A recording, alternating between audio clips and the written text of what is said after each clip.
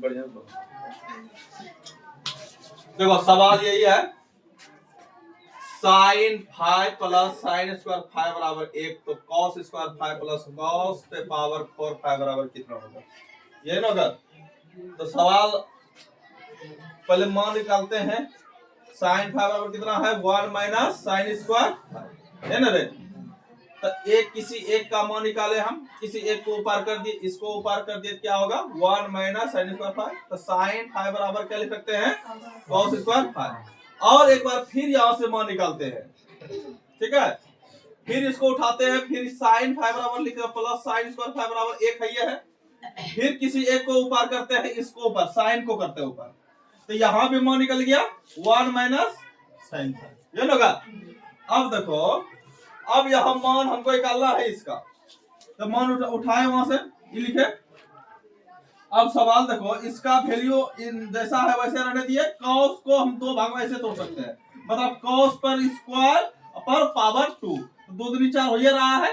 या ऐसे लिखो या ऐसे लिखो, बात एक ही है, समझ गया। अब सवाल देखो, अब यह मान बैठाना शुरू करते हैं। इस कॉस स्क्वायर का मान कितना है?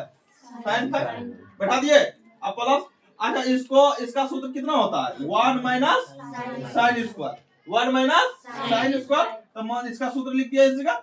अब उसके बाद इधर आते हैं, तो जैसा है ये रहने दिए। उसके बाद 1 माइनस इस, मतलब इसका वैल्यू हम बैठाए, मतलब इसका वैल्यू हम कितना बैठाए?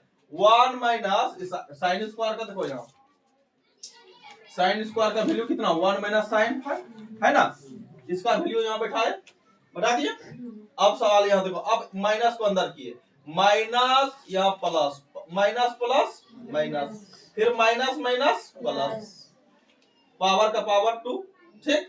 उसके बाद ये दोनों प्लस में 1 माइनस में 1 कट गया। उसके बाद फिर साइन 5 का 5 रहने दिया प्लस, इधर क्या बचा? साइन 5, इस पर स्क्वायर है, स्क्वायर बैठा दिया। अब देखो इसका वैल्यू फिर यहाँ दिया हुआ है, इसका वैल्यू यहाँ कितना है? कॉस स्क्वायर 5, यहाँ बैठा दिया मान। अब इतना का वैल्यू कितना? 1 बन गया ना।